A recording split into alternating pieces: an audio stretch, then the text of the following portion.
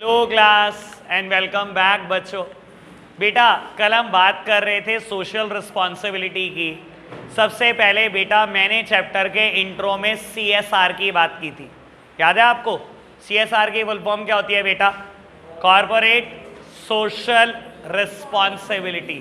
और बेटा मैं हमेशा ऐसे बोलता हूँ CSR@2%। अच्छा ये पता है क्या कि आपको कॉर्पोरेट क्या होता है? अब आएगा, बहुत बढ़िया। ऐसे ही पंगा ले लिया, मेरा मन कर रहा था पूछ ही लो। कॉर्पोरेट क्या होता है?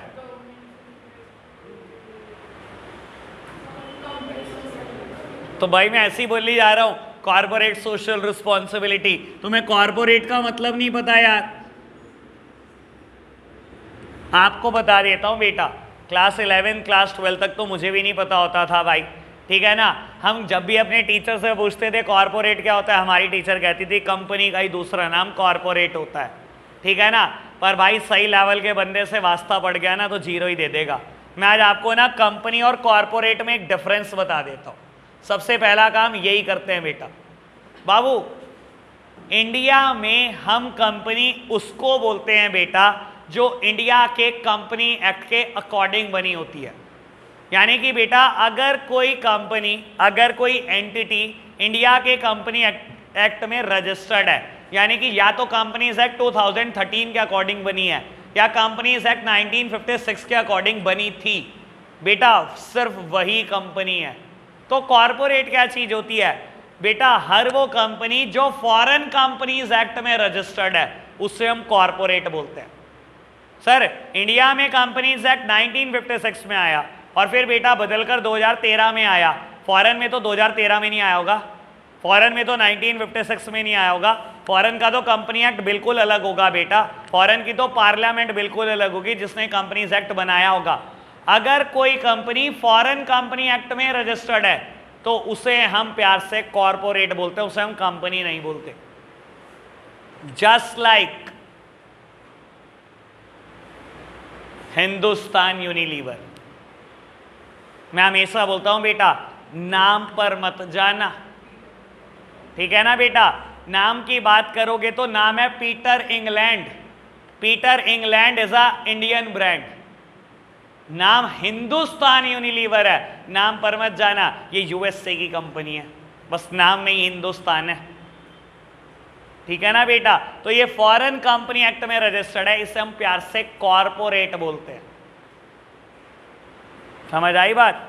चलो खैर मुद्दा क्लियर होना चाहिए बाबू। तो हमने कल सीएसआर पे सबसे पहले चर्चा करी थी, फिर हमने बात करी थी CSR@2% पे, फिर हमने बात करी थी बेटा social responsibility towards different interest group या social responsibility towards various stakeholders. बेटा स्टेक होल्डर्स क्या होते हैं? हर वो पर्सन जो कंपनी से किसी ना किसी तरीके से एसोसिएटेड है, हर वो पर्सन स्टेक होल्डर है। It may be a share holder, it may be a supplier, may be worker, customer, government और कम्युनिटी। आप कुछ भी हो बेटा, ये सबके सब स्टेक होल्डर है। याद आई बात? ओके बात बाबू। मुझे पता है मुझे ये मैटर अभी लिखवाना है, जो कल मैंने 18 पॉइंट बताए थे। अभी बेटा 3 टॉपिक और खत्म करेंगे, फिर इकट्ठे ही लिखेंगे बेटा, ठीक है जी। चलो जी बाबू, पेज नंबर 148 पर है हम। मेरे पास जो बुक है NCERT, इसमें 148 पर एक टॉपिक स्टार्ट हो रहा है बेटा, आर्ग्यूमेंट्स फॉर सोशल रिस्पॉन्सिबिलिटी। बाबू आपको बता देता हूँ, मोस्ट ऑफ द स्कूल तो इस चैप्टर में से काफ़ी चीज़ें कट करा देंगे, रहेगी या 1 या 2 टॉपिक रह जाएंगे, लेकिन एक बार मैं सारा करा रहा हूँ। जब आपके स्कूल में हो जाएगा तो मुझे बता देना कितना कराया, अगली बार रिवीजन उतने का ही कर लेंगे, ठीक है जी बेटा। टॉपिक का नाम है आर्ग्यूमेंट्स फॉर सोशल रिस्पॉन्सिबिलिटी।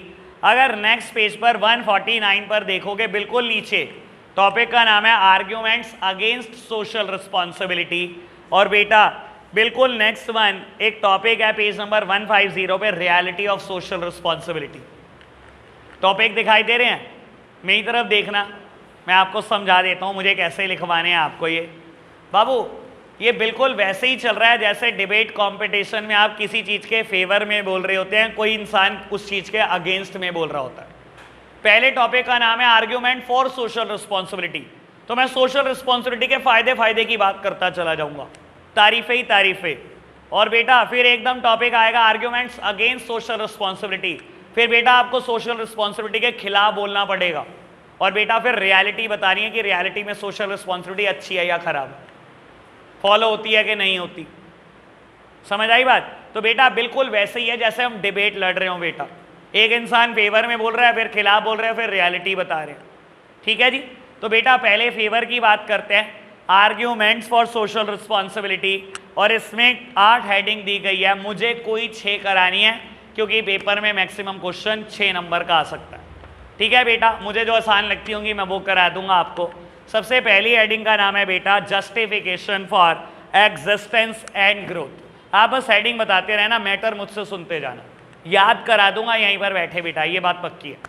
बाबू अभी मुझे सोशल रिस्पॉन्सिबिलिटी के फेवर में बोलना है। पहली हेडिंग है बेटा justification for existence and growth. बेटा एक बात सोचो, बिजनेस एग्जिस्ट कहां पर करता है बेटा? सोसाइटी में।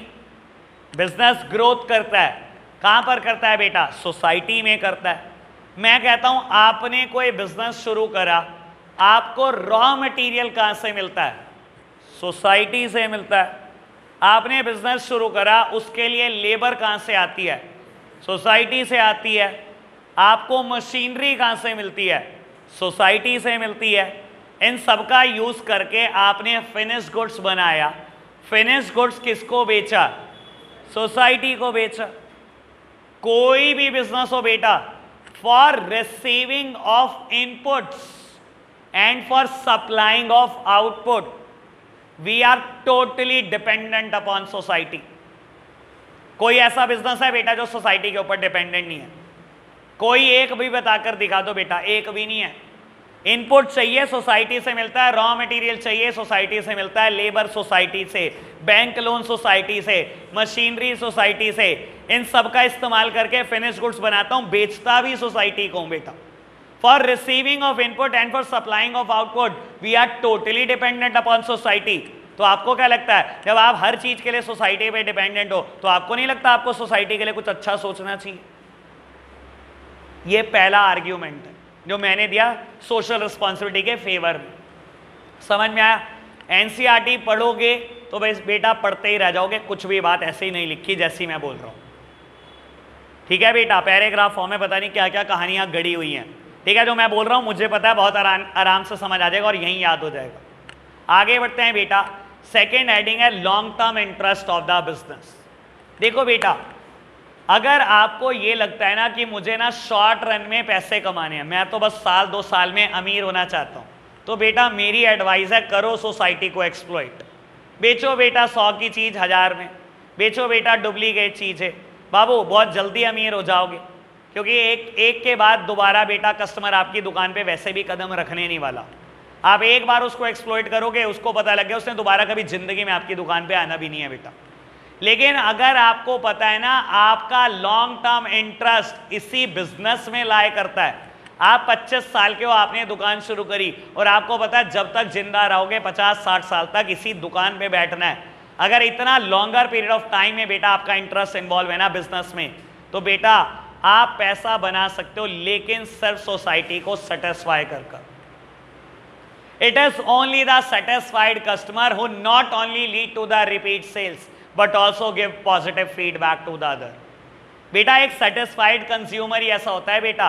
अगर आपने बाबू 10 की चीज सिर्फ 11 में दी, रीजनेबल प्राइस पे दी, क्वालिटी प्रोडक्ट दिया कंज्यूमर को, which is the main element of society, वो क्या करेगा बेटा, खुद तो रिपीट सेल्स देगा ही देगा और बेटा दूसरों को भी पॉजिटिव फीडबैक देगा कि इस दुकान से खरीदना बहुत अच्छा सामान मिलता है।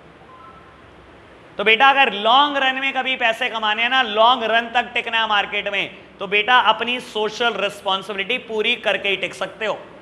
सोसाइटी का जो मेन एलिमेंट है कंज्यूमर, उसको सेटिस्फाई करके ही टिक सकते हो। अगर आपने उसको एक्सप्लॉइट करा तो आपका बिजनेस बेटा लॉन्गर रन तक चलेगा नहीं बेटा, शॉर्ट रन में ही बंद हो जाएगा। जैसे वो आपकी इमेज बनाता है ना हजारों के आगे, वैसे ही बेटा आपकी इमेज हजारों के आगे खराब भी करता है कि इस दुकान पे कभी मत जाना, बहुत खराब प्रोडक्ट देता है, बहुत महंगा देता है, खत्म। It is only the satisfied customer who not only lead to the repeat sales but also give positive feedback to the other. Clear बात? बेटा मैंने दो बातें बोली अभी तक, justification for existence and growth और long term interest of the business. Business exist करता है या ग्रोथ करता है सोसाइटी में। बिजनेस को रॉ मटेरियल सोसाइटी से मिलता है, machinery, bank loan, labour society से मिलती है। इन सब का इस्तेमाल करके फिनिश गुड्स बनता है, बेचते सोसाइटी को for receiving of input and for supplying of output. Every business is dependent upon society. मेरे एंगल से सोचो ना बेटा, मेरे लिए तो बेटा मेरे इनपुट्स कुछ नहीं है, मेरे आउटपुट है। अगेन दे तो बेटा बेच किसको रहा हूं? सोसाइटी को। You are a element of society. इस ज्योग्राफिकल बाउंड्री के बाहर जो कुछ भी है ना बेटा, मेरे लिए हर चीज सोसाइटी है। मेरा बिजनेस बस इसी ज्योग्राफिकल बाउंड्री के अंदर है। सोसाइटी को सेटिस्फाई नहीं करा, कुछ नहीं किया आपने, ठीक है ना बेटा। बाबू second heading, long term interest of the business. Short run में पैसा कमाना है, करो सोसाइटी को एक्सप्लॉइट, करो कंज्यूमर को एक्सप्लॉइट बेटा। 100 की चीज 1000 डुप्लीकेट चीजें बेटा। लेकिन बाबू अगर आपको लगता है आपने लॉन्ग रन में टिके रहना है, लॉन्ग टर्म तक बिजनेस करना है, लॉन्ग रन में कमाना है, तो बेटा सोसाइटी का सबसे इंपॉर्टेंट एलिमेंट कंज्यूमर, उसको सेटिस्फाई करो, तभी कमा सकते हो, वरना टिकने नहीं देगा वो आपको। क्लियर बात? दो हेडिंग ओके। थर्ड हेडिंग देखना बेटा क्या है, अवॉइडेंस ऑफ गवर्नमेंट रेगुलेशन। बेटा हेडिंग का नाम है अवॉइडेंस ऑफ गवर्नमेंट रेगुलेशन। बेटा अगर आप चाहते हो, और हर बिजनेस चाहता है कि गवर्नमेंट रेगुलेट ना करे मेरे बिजनेस को, गवर्नमेंट मेरे बिजनेस में इंटरवेन ना करे, गवर्नमेंट ना आ जाए मेरे बिजनेस में, एंट्री बिल्कुल ना ले बेटा, तो स्पॉन्टेनियसली सोसाइटी को सेटिस्फाई करते रहो, सोशल रिस्पॉन्सिबिलिटी पूरी करते रहो। और जहां आपने सोशल रिस्पॉन्सिबिलिटी से थोड़ी सी भी चूक दिखाई और बेटा गवर्नमेंट ने इंटरवेन करा आपकी वर्किंग में, तो गवर्नमेंट बेटा बहुत सारे नुकसान दे जाती है। मैं बोलता हूं बेटा ऐसा पंजाब में होता है बाबू, बहुत सारे मेडिकल स्टोर क्या करते हैं, मेडिकल स्टोर की आड़ में ना ड्रग्स बेचते रहते हैं। बेटा क्या आप अपनी सोशल रिस्पॉन्सिबिलिटी पूरी कर रहे हो? नहीं। गवर्नमेंट को खबर लग गई, तो बेटा अगर गवर्नमेंट ने इंटरवेन करा ना आपकी वर्किंग में, तो बहुत सारे नुकसान इकट्ठे दे जाएगी। बाबू गवर्नमेंट आ गई, मान लो बाबू रेड हो गई आपकी दुकान पर, और रेड बाबू ऐसे नहीं होती, आपको तो खैर अंदाजा भी नहीं होगा, ठीक है ना। जब आप रेड करते हो तो डीएम की अप्रूवल चाहिए होती है, और जब डीएम अप्रूवल देता है तो बेटा बैक एंड पर 35 पुलिस इंस्पेक्टर तैयार रहते हैं कि सामने वाले ने अगर कोई अटैक कर दिया तो पीछे से बेटा इतनी पुलिस आएगी, आपको पता भी नहीं होगा, ठीक है ना। खैर रेड हो रही है और बहुत बड़ी तादाद में बेटा पुलिस इन्वॉल्व है। आप सोचो गवर्नमेंट ने आपकी वर्किंग में इंटरवेन कर दिया, कितने नुकसान आपको देकर जाएगी। सबसे पहले फाइनेंशियल लॉस, ये तो नुकसान होगा ही होगा भाई। सेकेंड वन इम्प्रिजनमेंट, जेल डाल दिए जाओगे बेटा। तीसरी बात लाइसेंस कैंसिल, दोबारा कभी मेडिकल स्टोर ऑपरेट नहीं कर पाओगे। चौथी बात इमेजरेबल रेप्यूटेशन लॉस, मेजर नहीं कर पाओगे कितनी गई। सर हर कोई चाहता है कि गवर्नमेंट मेरे बिजनेस से दूर रहे, गवर्नमेंट मेरे बिजनेस में इंटरवेंशन ना करे, ठीक है ना, इन्वॉल्व ना हो मेरे बिजनेस में। और अगर आप चाहते हो ना कि गवर्नमेंट दूर रहे आपके बिजनेस से, तो स्पॉन्टेनियसली अपनी मर्जी से चुपचाप सोशल रिस्पॉन्सिबिलिटी पूरी करते चलो बेटा, और करते चलोगे तो कोई गवर्नमेंट नहीं आएगी बेटा। Avoidance of government regulation, government बहुत दूर रहेगी आपके बिजनेस से, और नहीं करोगे तो गवर्नमेंट इंटरवेन भी करेगी और बहुत सारे नुकसान देकर जाएगी बेटा, ठीक है ना। तो सोशल रिस्पॉन्सिबिलिटी पूरी करते चलो, कोई गवर्नमेंट नहीं आ रही आपकी वर्किंग के बीच में बेटा। क्लियर बात? तीन बातें बोल दी बेटा मैंने सोशल रिस्पॉन्सिबिलिटी के फेवर में, justification for existence and growth, long term interest of the business, और बेटा फिर avoidance of government regulation. Government regulation avoided रहती है, गवर्नमेंट इंटरवेन नहीं करती। सोशल रिस्पॉन्सिबिलिटी पूरी करोगे, गवर्नमेंट नहीं आएगी बीच में, जैसे चल रहा है बिजनेस वैसे ही चलता रहेगा, ठीक है जी बाबू। फोर्थ हेडिंग नहीं करनी, फिफ्थ हेडिंग करेंगे। फिफ्थ हेडिंग का नाम है बेटा availability of resources with the business, है ना बेटा। बड़ा कमाल का एग्जांपल है मेरे पास बाबू, देखो एक बात सुन, कहता है बिजनेस आपको तो सोशल रिस्पॉन्सिबिलिटी वैसे भी पूरी करनी चाहिए क्योंकि आपके पास किसी रिसोर्स की कोई कमी नहीं होती। जनरली बेटा एक बिजनेस के पास जो रिसोर्सेज होते हैं वो 3 टाइप के होते हैं। मैंने शायद पहले भी कभी ना कभी बोला होगा बेटा, पहला type of resources human resources, human resources मतलब एम्प्लॉइज। सर बिजनेस के पास एम्प्लॉइज की कोई कमी होती है? रिलायंस जैसी इंडस्ट्री जिसमें 1.5 लाख एम्प्लॉय काम करते हो, कोई कमी है? दूसरी बात बेटा, ह्यूमन रिसोर्सेज के अलावा फिजिकल रिसोर्सेज, फिजिकल रिसोर्सेज में क्या आती हैं बेटा? आपकी assets, land and building, plant and machinery, furniture, fixtures. Sir resources की कोई कमी है? रिलायंस जैसी ऑर्गेनाइजेशन वर्ल्ड की 2nd लार्जेस्ट फैक्ट्री है, वर्ल्ड की 2nd लार्जेस्ट। पैदल घूमने चलोगे ना बेटा, सालों में टाइम चाहिए, सालों में। बेटा तीसरे type of resources financial resources, cash balance, bank balance. मुझे नहीं लगता वहां पर कोई कमी होगी बेटा, कैश और बैंक बैलेंस की। कहता है availability of resources with the business. Business आप तो सोशल रिस्पॉन्सिबिलिटी पूरी करने चलो तो मिनटों में पूरी हो जाएगी बेटा, क्योंकि आपके पास तो किसी भी रिसोर्स की कोई कमी नहीं है। मैं कह दूं बेटा, अगर आज रिलायंस कह दे कि हम क्या करेंगे, प्लांटेशन ऑफ ट्रीज करेंगे, अपने 1.5 लाख एम्प्लॉय को कह दे बस एक एक पेड़ लगा दो, बस एक एक। सर पूरी दुनिया को 1 मिनट में 1.5 लाख नए ट्रीज मिल जाएंगे। सोच कर देखो बिजनेस के लिए कितना आसान है सोशल रिस्पॉन्सिबिलिटी पूरी करना। कितनी देर लगी 1.5 लाख पेड़ मिलने में? 1 मिनट। और एक अकेला इंसान सोचे तो कई महीने।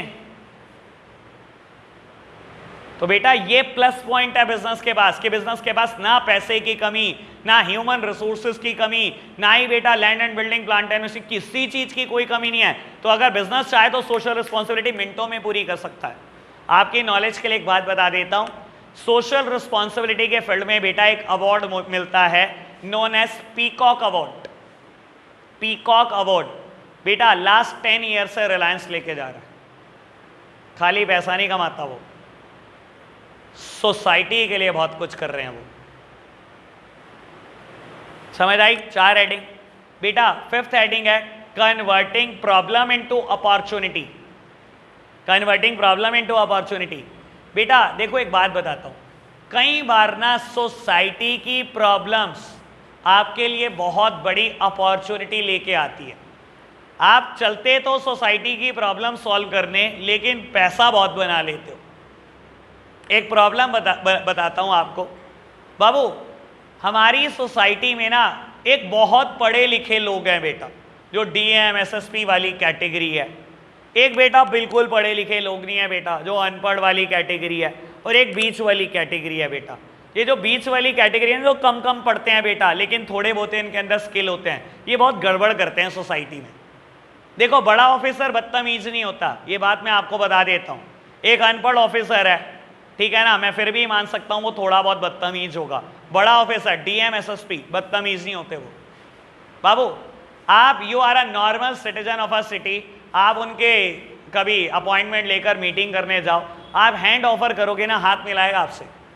बड़ा ऑफिसर बहुत समझदार होता है, और यही एक पुलिस कांस्टेबल को करके देखना बेटा, चाटा नहीं गालियां शुरू कर देगा बस वो तो, ठीक है ना। ये बीच वाले ना बहुत गड़बड़ करते हैं बेटा। अनपढ़ इंसान बहुत डाउन टू अर्थ होता है, पढ़ा लिखा भी डाउन टू अर्थ होता है, ये बीच वाले बहुत गड़बड़ करते हैं। मैं नाम बोलने की कोशिश करूं तो प्लम्बर, इलेक्ट्रीशियन, जाओ तो सही एक बार बुलाने इलेक्ट्रीशियन के घर, आपके घर की लाइट खराब हुई है, नखरे देखना। दुनिया में जैसे इसी को सब कुछ आता है, बाकी किसी को कुछ नहीं आता। अरे बीच वाले बहुत गड़बड़ करते हैं। मैं हमेशा बोल रहा हूँ, जिस इंसान के पास कोई स्किल नहीं है वो बहुत डाउन टू अर्थ है, जिसके पास बहुत स्किल है वो भी डाउन टू अर्थ है, जिसके पास एक आधा स्किल है ना, पता नहीं क्या ही समझते हैं बेटा। ये सोसाइटी की बहुत बड़ी प्रॉब्लम है। और बाबू कई लोग इसमें अपॉर्चुनिटी देखते हैं। मेरे पास एक एग्जाम्पल है बहुत अच्छा बेटा। अब ये प्लम्बर इलेक्ट्रीशियन लोग बहुत गड़बड़ करते हैं, सारी दुनिया ही परेशान रहती है इनसे, ठीक है ना। तो मेरा दोस्त एक एप्लीकेशन बना रहा है, एक ऐप बना रहा है बेटा, जिस ऐप को डाउनलोड करने के बाद उस एरिया में रहने वाले पता नहीं कितने प्लम्बर और इलेक्ट्रीशियन के नंबर आपको अवेलेबल होंगे, और वो इस ऐप को इंडिया वाइड लॉन्च करने वाला है। वो चला तो था सोसाइटी की प्रॉब्लम सॉल्व करने, और सॉल्व करते करते बेटा उसको पता नहीं कितनी बड़ी अपॉर्चुनिटी मिल गई इस चीज में। और बेटा जिस दिन लॉन्च होगा तो मैं बोल रहा हूं कहीं ना कहीं बहुत पैसे बनेंगे भी उसके, अलग अलग मोड से। तो बेटा कई बार सोसाइटी की प्रॉब्लम आपके लिए अपॉर्चुनिटी लेकर आती है। क्लियर बात? बाबू लास्ट हेडिंग 8th नंबर पे हेडिंग लिखी गई है। बाबू हेडिंग का नाम क्या है? Holding business responsible for many problems, ऐसे करके सोशल प्रॉब्लम। बेटा holding business responsible for social problem, बेटा कहता है कई सोसाइटी की प्रॉब्लम स्टार्ट ही बिजनेस ने करी है, और क्योंकि स्टार्ट बिजनेस ने करी है तो खत्म कौन करेगा? खत्म भी बिजनेस ही करेगा, शुरुआत ही करने वाले आप हो। मैं बोलता हूं पॉल्यूशन की शुरुआत कहां से हुई? बिजनेस। बोलो किसने करी भाई पॉल्यूशन की शुरुआत? घर वालों ने तो नहीं करी ना। गैस पे रोटी पकाने से तो इतना पॉल्यूशन ही हो जाता है ना कि सांस लेना महाभारत हो जाता है, क्वालिटी लाइफ जीनी महाभारत हो जाती है। सर शुरुआत किसने करी पॉल्यूशन की? बिजनेस। ठीक कौन करेगा? जब आपने शुरुआत करी है आप ही करोगे। डिस्क्रिमिनेशन, डिस्क्रिमिनेशन क्या होता है? भेदभाव। ये मेरी कास्ट और ये मेरी कास्ट, ये मेरा रिलीजियन, बेटा इसका प्रमोशन जल्दी, इसका बाद में, ये मेरा जेंडर। भाई डिस्क्रिमिनेशन की शुरुआत किसने करी? बिजनेस। खत्म कौन करेगा? आप ही। शुरुआत आपने करी है। करप्शन एंड ब्राइब्स, जितने करप्शन की शुरुआत देखोगे ना सब बिजनेस से होती है। अच्छा मेरे पास एंटी पॉल्यूशन कंट्रोल इक्विपमेंट नहीं है, ले ले रिश्वत यार, कर दे जरा सर्टिफिकेट पे साइन, चलाने दे मेरे को प्रोडक्शन यूनिट, चल बिजली में सेटिंग कर ले यार, थोड़ा सा मीटर कम चल जाएगा। सर करप्शन एंड ब्राइब्स शुरुआत किसने करी? बिजनेस ने। तो बेटा कई ऐसी प्रॉब्लम ऐसी हैं सोसाइटी की जो शुरू ही बिजनेस से हुई हैं, और जब शुरू बिजनेस ने करी है बेटा खत्म भी कौन करेगा? बिजनेस ही करेगा। ठीक है ना जी, बात क्लियर हुई? बाबू ये टॉपिक खत्म हो गया। बाबू ये अब नेक्स्ट टॉपिक है बेटा आर्ग्यूमेंट अगेंस्ट सोशल रिस्पॉन्सिबिलिटी। अब बेटा मैं सोशल रिस्पॉन्सिबिलिटी को बस गालियां दूंगा, ठीक है ना? आपको इतनी जल्दी मॉडिफाई करना है, ये सिर्फ नुमैश कैंप ही कर सकते हैं। 1 मिनट तारीफ और अगले मिनट बुराई। हाँ बाबू ठीक है ना, इसके लिए आपको नुमैश कैंप ही बनना पड़ेगा, तभी ये टॉपिक कर सकते हो, वरना नहीं होगा आपसे। लो बेटा, तो बाबू टॉपिक का नाम है आर्ग्यूमेंट अगेंस्ट सोशल रिस्पॉन्सिबिलिटी। तो बेटा अब मेरे को सोशल रिस्पॉन्सिबिलिटी के खिलाफ बोलना है, बड़ी तारीफ होगी। अब देखो तुम्हारा असली फॉर्म में हूं मैं। बेटा पहली हेडिंग का नाम क्या है? Violation of profit maximisation principle. लो बेटा सिंपल सी बात बोलता हूं बेटा, सुनना। Any single talk of social responsibility is against the principle of profit maximisation. बेटा जिन्होंने पहला चैप्टर पढ़ा उन्हें बहुत अच्छे से पता होगा, बिजनेस का first and the foremost objective होता है प्रॉफिट मैक्सिमाइजेशन। बिजनेस बना ही किस लिए है बेटा? पैसा कमाने के लिए बना है, प्रॉफिट मैक्सिमाइजेशन के लिए बना है। और मैं बोल रहा हूं अगर मैं एक वर्ड भी बोलता हूं ना सोशल रिस्पॉन्सिबिलिटी का, एस भी बोलता हूं, तो बेटा मैं प्रॉफिट मैक्सिमाइजेशन के खिलाफ जा रहा हूं, मैं अपने मेन प्रिंसिपल के खिलाफ जा रहा हूं। क्योंकि बेटा आप कुछ भी कहो, सोशल रिस्पॉन्सिबिलिटी फुलफिल करने के लिए आज की तारीख में पैसे लगते हैं। अगर आप ये कहोगे ना मुझे प्लांटेशन ऑफ ट्री करना है 1 लाख, तो एक ट्री 500 रुपए का है बेटा, 5 लाख चाहिए। और अगर आप 5 लाख बिजनेस से लगाओगे तो आपने बिजनेस का प्रॉफिट 5 लाख से कम कर दिया। अगर आप ये कहोगे ना say no to the plastic bag, तो बेटा प्लास्टिक बैग 50 पैसे का आता है, पेपर बैग 10 रुपए का आता है, वो भी प्रॉफिट में से ही कम होगा। Any single talk of social responsibility is against the principle of profit maximization. तो हमें नहीं करनी भाई सोशल रिस्पॉन्सिबिलिटी पूरी, हमें तो प्रॉफिट मैक्सिमाइजेशन की बात करनी है जिसके लिए बिजनेस बना है। क्लियर बात? Second heading, it is a burden on consumer. Heading का नाम होगा बर्डन ऑन कंज्यूमर। बेटा आपकी नॉलेज के लिए बता देता हूं, जो कंपनी सोशल रिस्पॉन्सिबिलिटी फुलफिल करती है ना, वो बदले में आप ही की गिरेबान दबा देती है। सर बड़ी तारीफ कर रहा था कल मैं, लो आज बुराई कर देता हूं। डोमिनोज प्लास्टिक बैग नहीं देंगे, हम तो पेपर बैग देंगे। चलो आपने पेपर बैग दिया, सोशल रिस्पॉन्सिबिलिटी पूरी करी।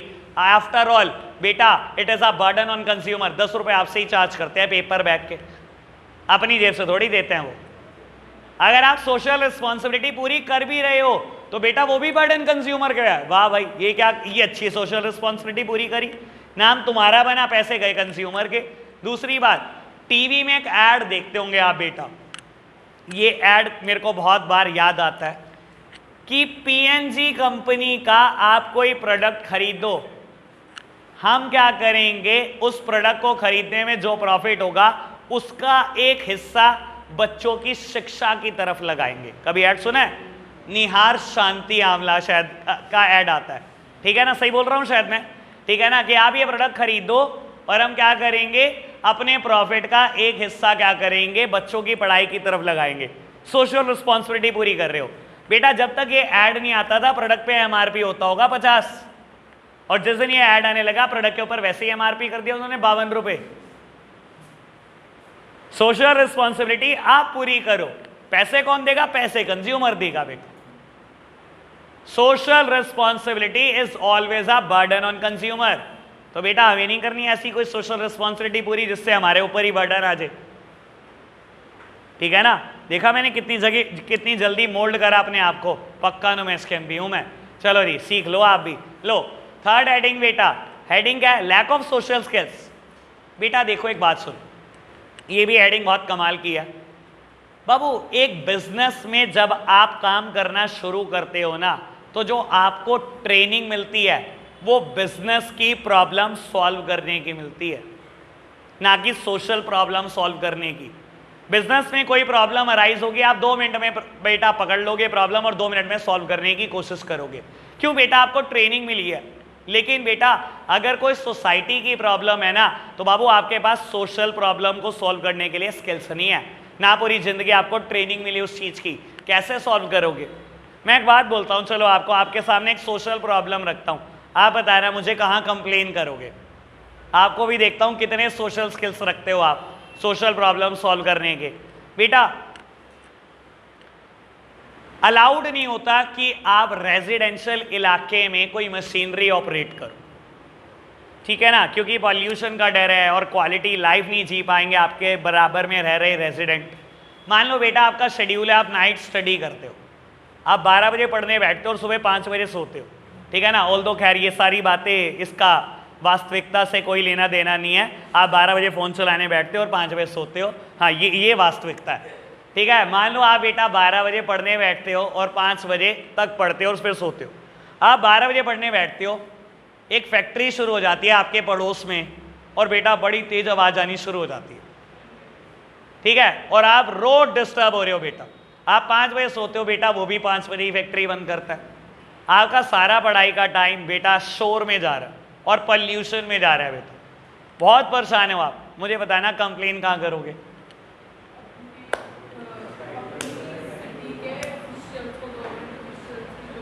सर देखो समझ में है सर,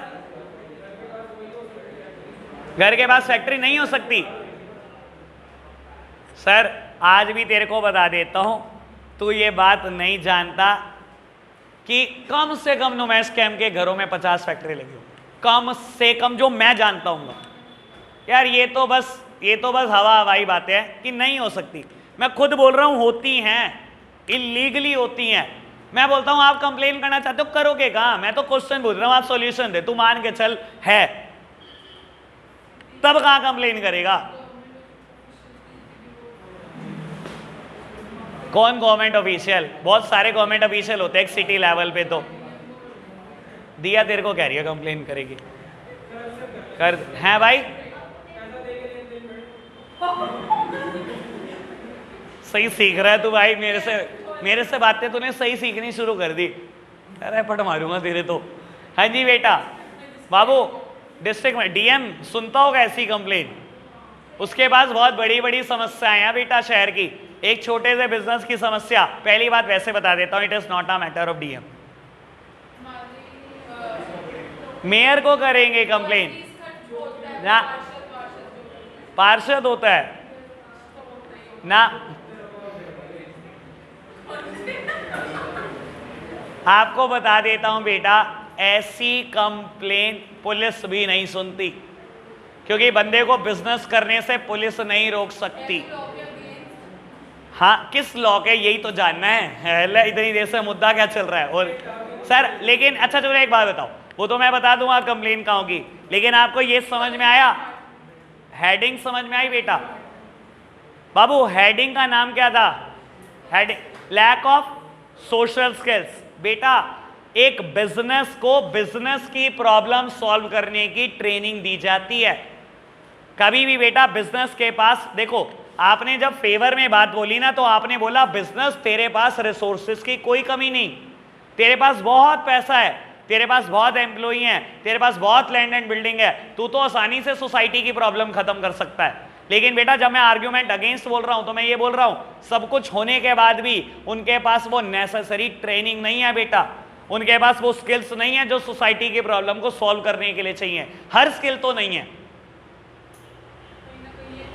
समझ में आ रहा है ना बाबू? कॉन्ट्राडिक्शन नहीं है। जब आप फेवर में बोल रहे हो तो फेवर में बोलना है, जब आपको अगेंस्ट बोलना है तो अगेंस्ट ही बोलना है। पैसा है, रिसोर्सेज हैं, ह्यूमन रिसोर्सेज हैं, पर बेटा वो ट्रेनिंग नहीं है जो सोसाइटी की प्रॉब्लम को सॉल्व करने के लिए चाहिए। ऐसी चीजों की कंप्लेन दो जगह पर आप कर सकते हो बेटा बाबू, एक तो पॉल्यूशन कंट्रोल डिपार्टमेंट में आप बात कर सकते हो और दूसरा जीएसटी डिपार्टमेंट में आप बात कर सकते हो। चलो गैस छोड़ो, लेट इट बी। आपको क्या करना है जान के कर सकते हो, क्योंकि बिजनेस के लिए रजिस्ट्रेशन चाहिए होता है जीएसटी का। चलो ठीक है बाबू, आगे बढ़ते हैं। Last heading is lack of broad public support, यही है ना हेडिंग बेटा? अब देखो, अब मैं अगेंस्ट बोलूं तो सोशल रिस्पॉन्सिबिलिटी के, बेटा आप अगर आज प्रॉफिट मैक्सिमाइजेशन के लिए चल दोगे ना और 10-12 को कहोगे आओ प्रॉफिट कमा के दूंगा, सारी दुनिया आपके पीछे पीछे चल देगी। आज कह दो मैं एक सोसाइटी की प्रॉब्लम सॉल्व करने जा रहा हूं, कोई पीछे नजर नहीं आएगा, क्योंकि पता है वहां और कुछ नहीं मिलना बेटा, वहां सिर्फ ज्यादा बहुत हद तोड़ लिए तो एक ऑनर मिल जाएगा, एक सम्मान मिल जाएगा। वो आज की तारीख में बेटा सबको प्रॉफिट से, पैसे से लगता है। भगवान ना करे बेटा यहां पर कोई एक्सीडेंट हो गया ना बेटा, तो बाबू किसी पब्लिक का कोई सपोर्ट नहीं दिखाई देगा, बस वीडियो बनाने लग जाएंगे लोग। Lack of broad public support, social responsibility के लिए बेटा कभी पब्लिक का सपोर्ट मिलता नहीं है किसी को। क्लियर हुई बात? समझ आई बात? चलो जी बेटा, थर्ड टॉपिक स्टार्ट हो रहा है, रियलिटी ऑफ सोशल रिस्पॉन्सिबिलिटी। बेटा एक आध हेडिंग की बात करता हूं फिर छुट्टी करूंगा। तो रियलिटी क्या है सोशल रिस्पॉन्सिबिलिटी की? हमने पढ़ लिए फेवर में आर्ग्यूमेंट, हमने पढ़ लिए अगेंस्ट, रियलिटी की बात कर रहा हूं बेटा। रियलिटी में बहुत सारे बिजनेस सोशल रिस्पॉन्सिबिलिटी पूरी कर रहे हैं आज की तारीख में, रियलिटी पहले बता रहा हूं। लेकिन बेटा स्पॉन्टेनियसली नहीं, मन किसी का नहीं कर रहा, सिर्फ डर से कर रहे हैं। और डर बेटा बहुत अलग अलग चीजों का है, मैंने हेडिंग में बताना है आपको। सबसे पहले थर्ड हेडिंग बताऊंगा बेटा। थर्ड हेडिंग का नाम क्या है? Impact of consumer consciousness. बेटा आज का ना कंज्यूमर बहुत ज्यादा कॉन्शियस है भाई, और क्योंकि कॉन्शियस है बेटा कंज्यूमर, हर कंपनी डरती है। कर तो रही है सोशल रिस्पॉन्सिबिलिटी पूरी, मन नहीं है उसका, लेकिन डर से कर रही है। लो आपको डर बताता हूं, और बताता हूं बेटा कंज्यूमर कितना कॉन्शियस हो चुका है आज का। गौतम चुप हो जा भाई, इसे भी चुप करा ले। काम की बात बताऊंगा और बहुत मजा आएगा, एक्स्ट्रा बात में भी कंसीडर करोगे आप इसको। बेटा देखो कंपनी कर रही है, डर के मारे कर रही है। क्यों बेटा? कंज्यूमर कॉन्शियस हो चुका है बाबू। एक ना इंडिया में एक्ट बना 1986 में, कंज्यूमर प्रोटेक्शन एक्ट 1986, जो कंज्यूमर को प्रोटेक्ट करता था बेटा, लॉ 1986 में बना बाबू। जब ये लॉ बन गया ना, आधे से ज्यादा कंपनियां तभी डर गई थी। एक कंपनी होती थी बेटा 1990 में जो मैच स्टिक बनाती थी बेटा, माचिस की तिलियां बनाती थी, और वो कंपनी बेटा क्लेम किया करती थी कि हमारे हर मैच बॉक्स में 100 मैच स्टिक है, हर माचिस के डब्बे में 100 माचिस की तिलियां हैं बेटा, ठीक है ना बाबू? तो बाबू एक कंज्यूमर वेला पूरा बंडल खरीद लाया, शायद सुना हो कभी आपने, पूरा बंडल खरीद लाया, और उसने क्या करा बेटा, माचिस की तिलियां गिननी शुरू कर दी। गिनी, एक में 99, उसने कहा अच्छा कंपनी गारंटी लेती है 100 की, उन्हें देखा 99, दूसरा बंडल गिला, किसी में 100, किसी में 99, किसी में 98, किसी में 101, उसने केस फाइल कर दिया कंपनी के खिलाफ बेटा। 1 रुपये का नुकसान हो गया था बेचारे का, ठीक है ना बाबू? जज भी वेला, जज ने कहा मंगाओ बंडल, मैं भी गिनूंगा, उसने भी गिनना शुरू करा बेटा। तो बाबू किसी में 99, किसी में 100, किसी में 101, किसी में 98। जज ने बेटा उसके 1 रुपये के लॉस के लिए उसको 1 करोड़ की पेनल्टी दिलवाई। आज की तारीख में नहीं है क्या कोई कंपनी? ढूंढो बाबू, क्या 11th में लगे हुए हो? हाँ जी बेटा, जज ने उसको 1 रुपए के चक्कर में 1 करोड़ की पेनाल्टी दिलवाई बेटा। तो आज की तारीख में अगर हम अपने एडवर्टाइजमेंट में ट्रूथफुल है ना बेटा, तो हमारा दिल नहीं कर रहा, हमारा तो मन करता है झूठ बोलने हम ऐड में, लेकिन हम डर के मारे सच बोल रहे होते हैं बेटा, क्योंकि कंज्यूमर ज्यादा ही कॉन्शियस हो चुका है। एक और एग्जांपल दूंगा आपको इसी से रिलेटेड बेटा, लो सुनना बाबू। 1986 के बाद आने वाले एड के बारे में आपको बताता हूं, ये देखना जरा एड बेटा, एड कैसे आते थे 1986 के बाद, ये समझना। लो आपने ऐसा हो ही नहीं सकता ये एड ना देखे हो बेटा। जर्म्स बिफोर यूजिंग डेटॉल, ये जर्म्स है बेटा डेटॉल यूज करने से पहले। 1986 के बाद तक ऐसे ऐड आते थे, germs after using Dettol, germs ही नहीं है। हाँ अब मैं लेट मी स्पीक फर्स्ट बेटा, क्यों होता है एक, अब पहले उसका रीजन डालो बेटा। एक कंज्यूमर पहुंच गया कोर्ट, उसने केस करा इसी चीज के खिलाफ कंपनी के, और बाबू आपको भी पता है मुझे भी पता है जिंदगी में 100% कोई चीज नहीं होती, ठीक है ना। और बेटा करोड़ों रुपए की पनिशमेंट ये भी देकर आए, और आज की तारीख में क्या हुआ बेटा, डेटॉल भी जम छोड़ने लगा ठीक है ना। ऐसे ही आते हैं ad, dandruff before using Sunsilk, या किसी का भी नाम लो, आफ्टर यूजिंग सनसिल्क, बताओ सनसिल्क डैंड्रफ छोड़ रहा है, ठीक है ना। Germs before using Colgate, after using Colgate, Colgate भी जर्म छोड़ रहा है। ये सारी कंपनियों के लिए है, कोई कंपनी 100% वर्ड नहीं यूज करती है अपने ऐड में, 99% देख लेना।